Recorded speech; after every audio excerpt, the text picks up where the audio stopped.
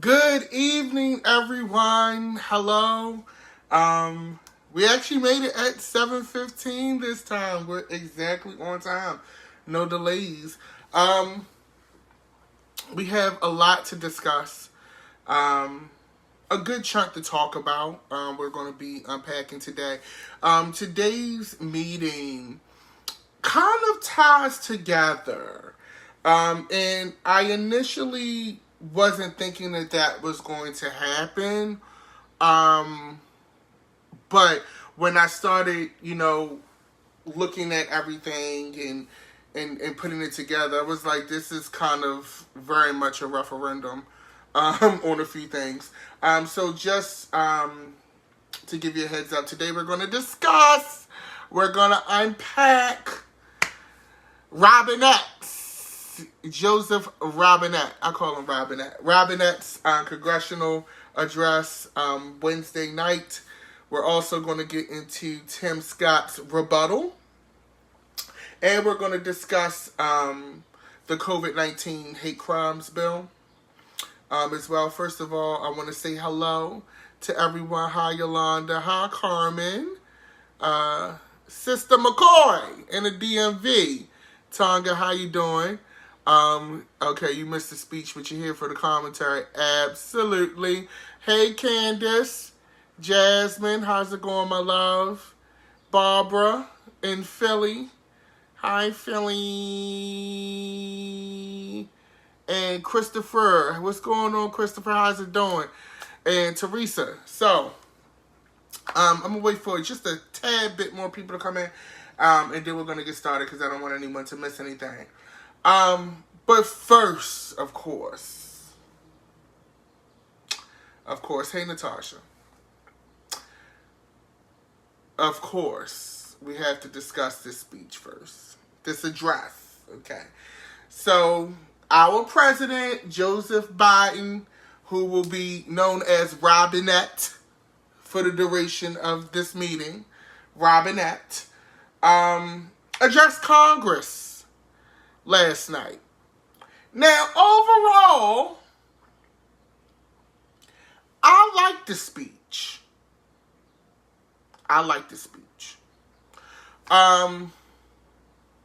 When I say I like the speech, I also have to take into account that a lot of the points of the speech are geared towards how I think, towards my ideology. I am very much a liberal and left-leaning. So it kind of speaks to me, okay? And to Catherine's point, it was very down to earth, I think. It was a vast difference, just to give you some backgrounds that don't even matter. It was a vast difference from the speeches that we've had during the previous administration. And the viewership was down considerably. He got about 26.9 million viewers, which was down, according to Nielsen, who does the TV ratings, from the previous administration's, speeches. But before we break that speech down, here's where I think why that is, okay? I think people are tired. I think that people needed a break from all things political. Because let's think about it. I say this all the time. For the last 4, 5, 6 years, really, we have been living in this political echo chamber where every piece of news, everything is political. Everything is about politics. Everything's about the government. And when you compound that, add that on to an existing global pandemic, I think people are just tired. And I think, here's what I personally think. I think that people are like, we don't have a psycho in the White House, so maybe I don't have to watch everything and live on the edge of my seat, so to speak. I think that's what it is. And also, to Tiffany's point, I think people, let's be real here. We watched the Trump speeches. A lot of folks watched them because even though they were a train wreck, It was entertaining. As I was watching the speech, I was like, we've gone from Jerry Springer to Bob Ross. We're painting with Bob Ross now. Okay? So it's kind of different for us. And let's not dismiss the fact, let's keep it 100. A lot of folks was entertained by them Trump speeches. Whether you loved them or hated them, it was entertaining. I think now we're back in the business of a quote-unquote real politician, or what we deem to be a real politician, in order and kind of like back to how things were, if we can ever really get there, right? And I think that contributed to his ratings. A lot of people asked, they were like, why do they have masks on and they're all vaccinated? I think that was a good sign. You know, some people, did criticize the measure, but I feel like we need to keep seeing that, or that needs to keep being shown, because there are a lot of people who have not been vaccinated yet. There are also some people who have not gone back to get their second shot, and it's been after 3 weeks or however many weeks that you have to wait for your shot. So we have to keep that in mind. And also, too, even though the CDC is saying that, people who have been fully vaccinated can go out without a mask in public, except for when they're in tight spaces with a lot of people, I'm still not just going to say, oh, I got my shots now, I'm going to just go ahead and be out and not wear my mask. So I get that piece. So that's one piece of it, right? Now, as far as the speech itself, okay? As far as the speech itself, I think it was pretty cool. There are some things that I don't want to say side-eyed, but I noticed. So let's start with the good first, okay? I think that he was very down to earth.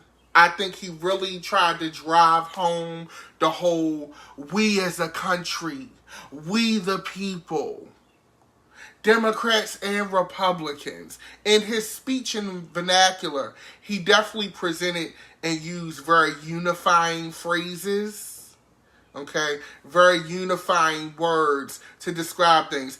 Even though, okay, he talking about the stimulus, his first line, he was talking about the stimulus package. That wasn't, a unison front, sis. The Republicans did not support that. You pushed that through.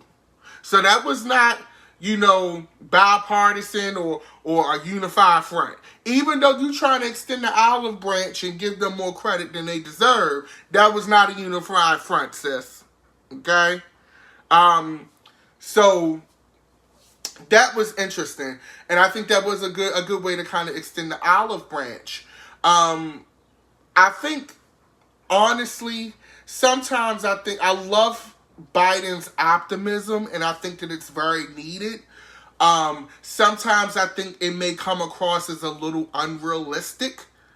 Mitch McConnell was quoted after the speech as saying that the address was a lengthy liberal daydream or something like that, And to a certain extent, I kind of understand where he's going with that. And here's why. Some of the plans he have are amazing. But it always comes down to the money. Okay? And it's so crazy. This country has always been like this. This country does not like to spend money on its infrastructure. It does not like to spend money on supporting itself. And when I say supporting itself, he made a very valid point about bringing, the American Jobs Plan with the infrastructure and everything like that. And he said, he made a statement, he said, why can't the wind turbines that are made in Beijing be made in Pittsburgh? And I think that's a great point. We have lost a lot of those great factory jobs that we had, okay? We've lost a lot of those great factory jobs that we had. Back in the day, now here's the difference. Back in the day, Your grandfather could have an 8th grade education, if that, and go get a job at the steel mill and support his whole family. Grandmom probably ain't have to work. You could do that back in the day. In 2021, there's no goddamn job unless you making not even if you making $100K, because if you're living on the East Coast, a 1-bedroom apartment is now pushing $1,400. So not even if you're making $100K, you have to be making $150K plus to support an entire family by yourself. That's just facts. Okay? And I like the idea that he's going, let's bring some of these jobs back by investing in our infrastructure, our bridges.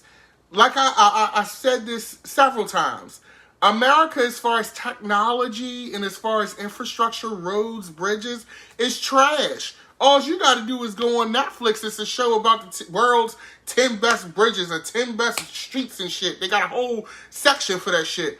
And there's countries with a fraction of our budget that stomp all over us as far as their healthcare systems, infrastructure, roadways, transit systems, you name it, they stomp all over us. Okay?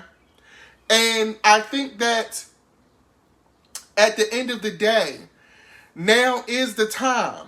Now is the time to invest in infrastructure, and this is why I support that plan. Now is the time to support infrastructure, because with not only with the pandemic, but with the global warming, I mean, look at the areas. It was a freeze fest in Houston, in Texas. The wind turbines in Texas froze because they weren't weatherized correctly like they should have been, because ideally in Texas, it doesn't get that cold and freezing where they need to winterize the wind turbines for wind power and clean energy. Okay? So we need to invest in that. And I think that that's not going to be a small price tag.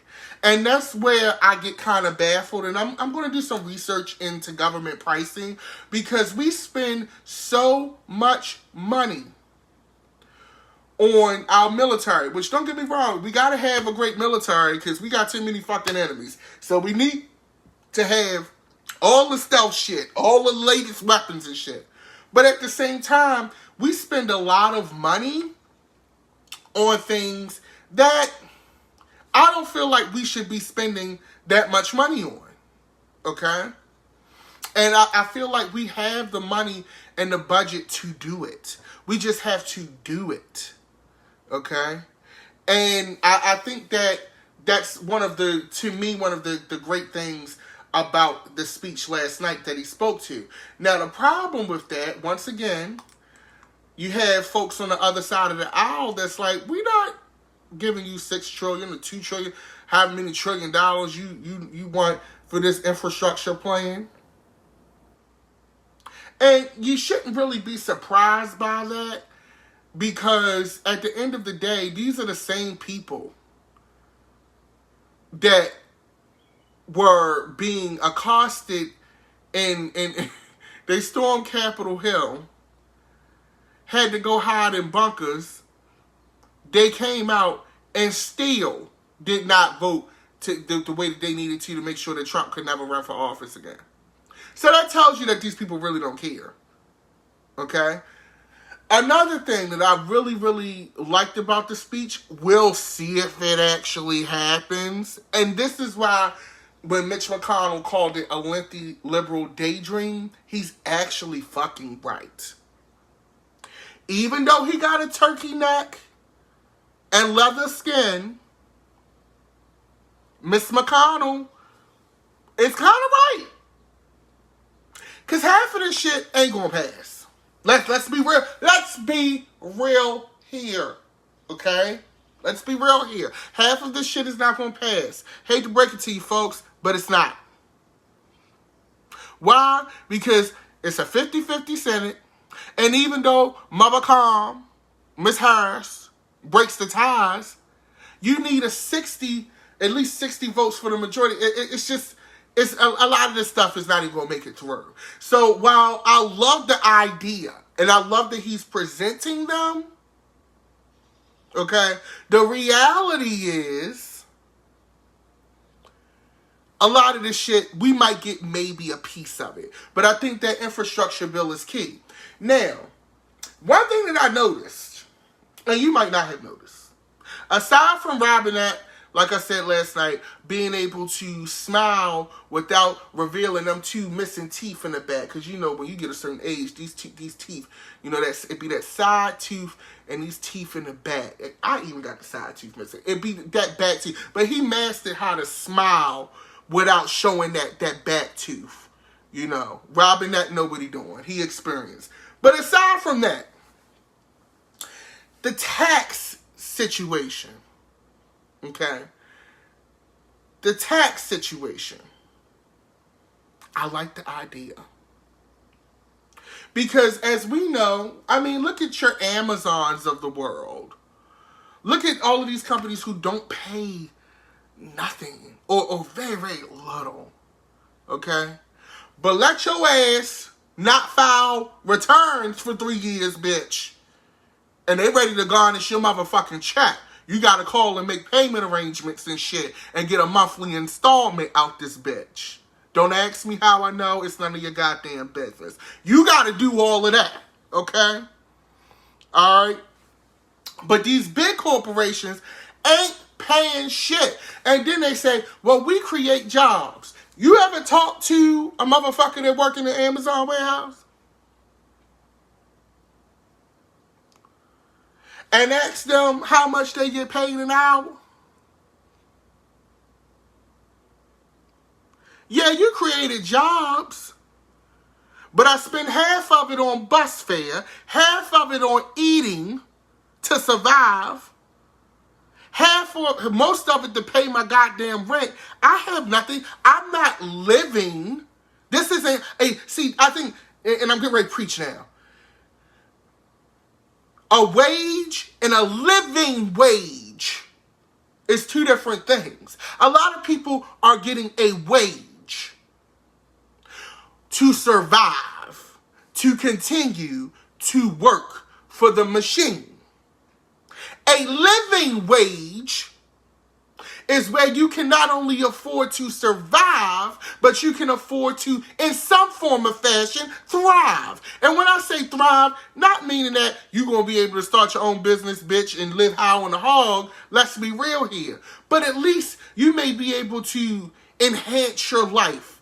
Have time to take that class you wanted to take. Have time to maybe have a little extra to get your kids in that after-school tutoring program. That is a living wage. A lot of these big businesses who say they create jobs, but it is a wage for you to live or survive. Let's use that word, survive. Let's stick with the terminology here. To survive, to wake up and do it all over again the next day.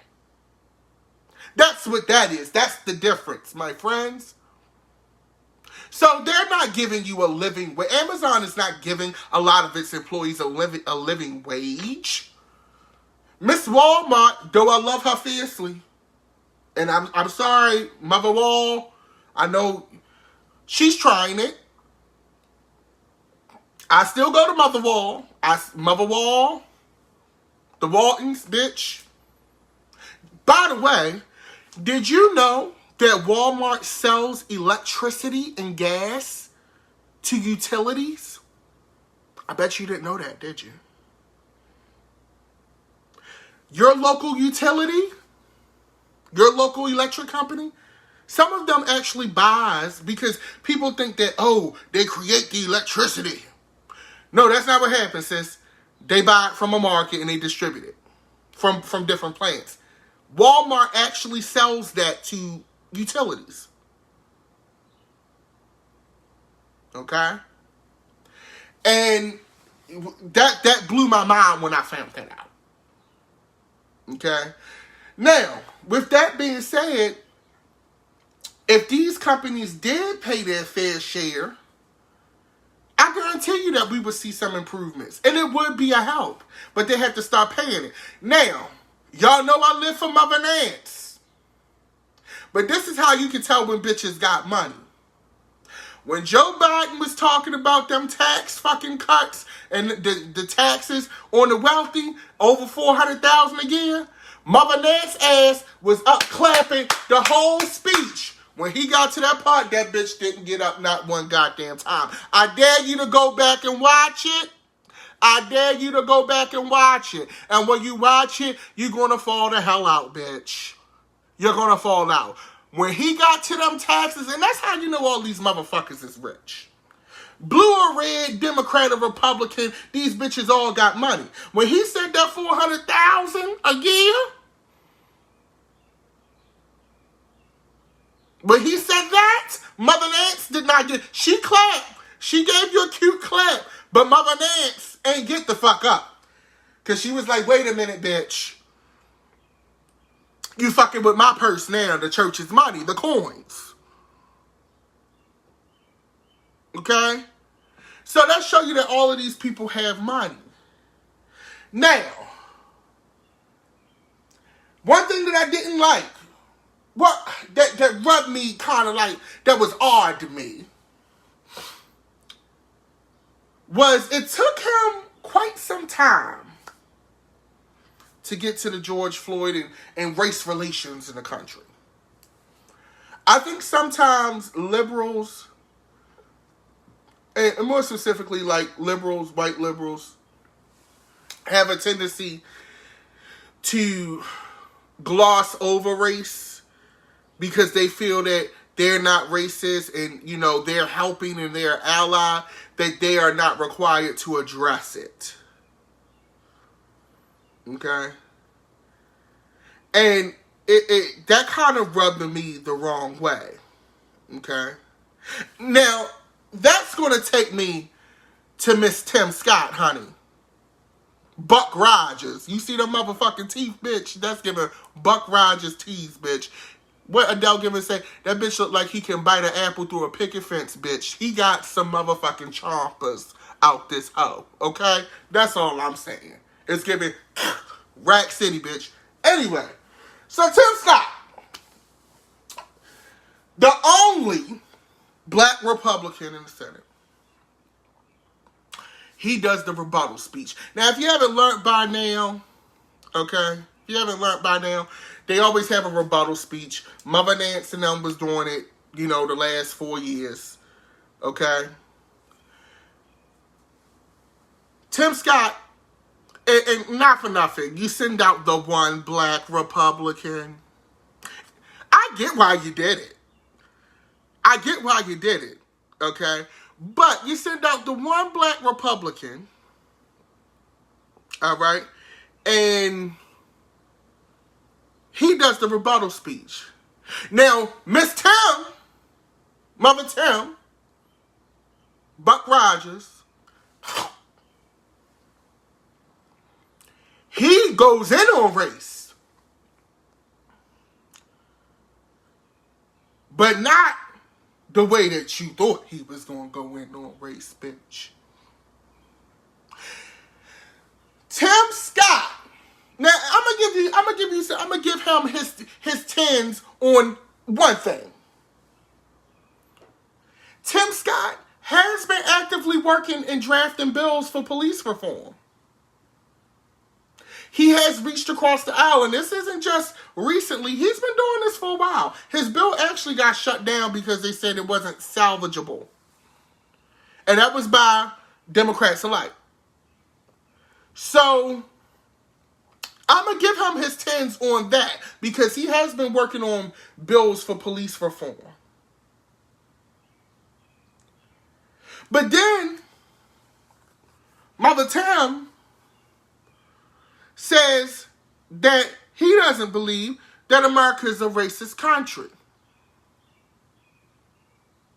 Now, Mother Tim, your black ass is from the South. I know you done seen racism. And you admitted that you did. But then you tried to say most of the racism is come from liberals and less alike. You know? And I'm like, Mother Tim, Cut the shit.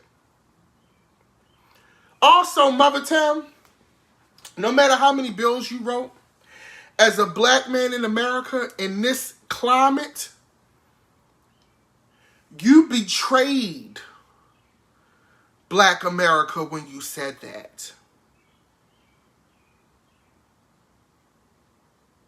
You betrayed the Breonna Taylors, the George Floyds, the Ahmaud Arbery's, the Eric Garners, the Sandra Bland's. You betrayed those people when you said that. Because for you to be a black man from the South and say that America is not a racist country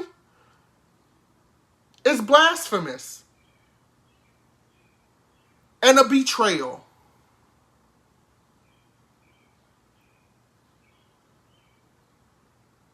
And I'm going to just sit on that for a minute. Because now we got to dig deeper.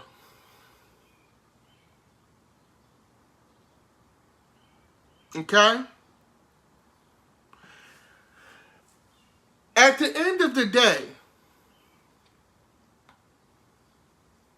you cannot, he talked about how he tried to defend the voter laws that were passed through in Georgia, talking about Republicans want to make it easier to vote. They want to make it harder to cheat. Well, here's the thing, sir. Most of the people that voted, not to say that there may not have been any irregularities, but most of the people who voted did not cheat. They stood in line for hours on hours, even when y'all tried to cock block, and did what they were supposed to do. Furthermore, how can you say that America is not a racist country when you have targeted attacks against black people and Asian people alike? But here's where we also got to spin this, because as a black person, I try to stay neutral, because I don't want it to be perceived as hate speech, because it's really not. How can you as a black man say that when your own bill for police reform that was initiated by police killings of black people in America was shot down, yet a COVID-19 hate bill was drafted, passed, and sent through 94-1 in the Senate within 6 months?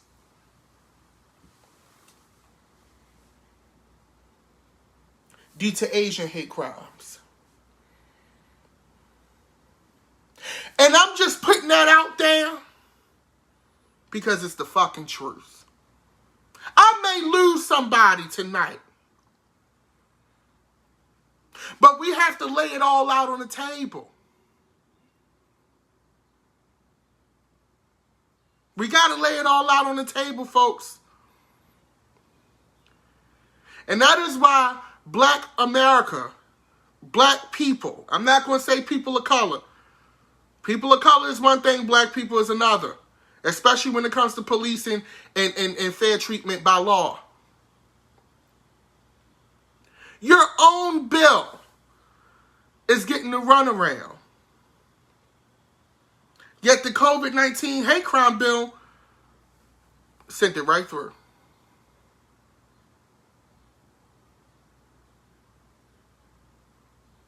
So we have to ask ourselves this.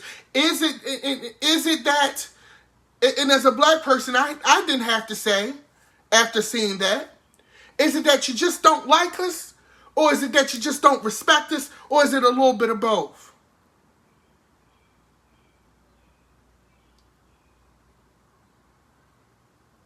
I have to ask that question. And yes, I'll agree with you.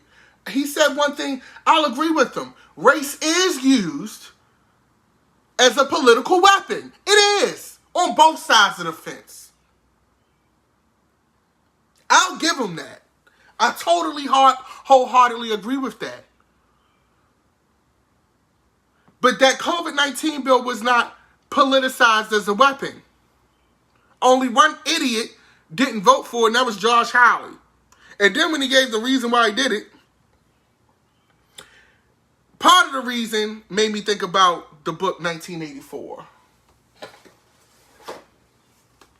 George Orwell, 1984. Part of me made me think about that book. Because he had a point in that, and I look at all sides. He had a point in that when you give the government power to police speech and determine if it's hate speech and then monitor that speech, is that really giving people free speech? And he has a point. Because even when you're on Facebook, if you're too pro-black, they're going to call it hate speech. And then you're going to be in Facebook jail for 30 days. If they don't understand the context of what you're saying, you're going to be in Facebook jail for a day.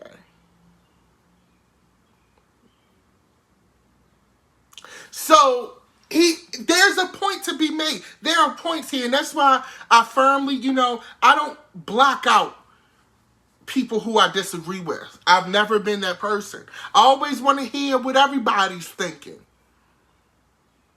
Because there's always some point. There'll be some points here and there.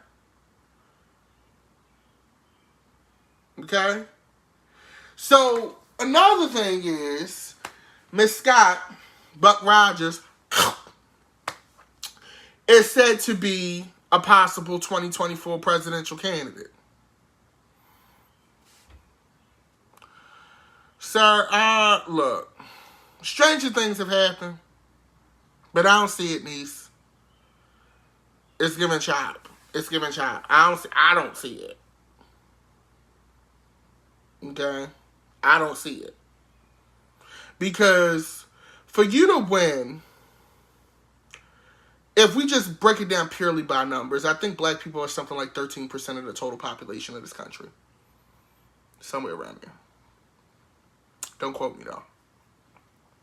For you to win, that means that all of the right would have to vote for you. Okay? Which they're not. Because as much as the right claims it's about patriotism, some of them is not going to vote for your black ass to be president. They're not going to do that. Okay?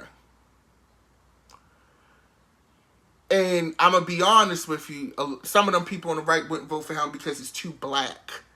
Like his actual complexion. That's the first thing. Second thing, you're not going to get a majority of the black vote because, dude, you said America's not racist. Like, really? You can forget the Congressional Black Caucus backing you. I just don't see a path at this time. Like I said, stranger things have happened, but at this time, I don't see a path. Thank you, Billy. I appreciate it. Everybody tells me I should have my own show. We're working on it. I actually have a few hours in the front, but we'll save that for another time. But, so there's a number of things that you have to look at with this. And at this point, I just don't see a path for Miss Scott. Okay. I do see a dentist in his path. No shade, But I don't see it. I don't see it at all. But that's pretty much where we're at. Before I close out, I want to give a huge shout out to TT the artist. For those of you who may not have seen it, I'm in a documentary on Netflix called Dark City Beneath the Beat. It's like a documentary / musical about the club music scene and how it has influenced culture here in Baltimore. I have a nice little segment and performance. It's on Netflix, Dark City Beneath the Beat. Make sure you search it in your search engines. It's available now. We want to get it trending. Also, too, I want to thank you for your time as always for the meetings. If you want to donate to the channel, you can always do that via Cash App or Venmo at Dapper Dan Midas. All donations are appreciated and accepted. We're going into the weekend. I got to start Handmaid's Tale. We got 3 episodes of that. Also, there's this really good show. It's a cartoon called Invincible on Amazon. It's amazing. And I want to check out that Michael B. Jordan and Jodie Turner-Smith film that's coming on Amazon as well. But with that being said, as always, it's a blast. It's Thursday, pre-Friday. When you get off here, if you are not drinking your wine already, make sure you have a glass for me. With that being said, I love you all dearly. Follow me on social media at Dapper Dan Midas. You have a good evening. Peace and love. And I will be talking to y'all next week. Shabbat.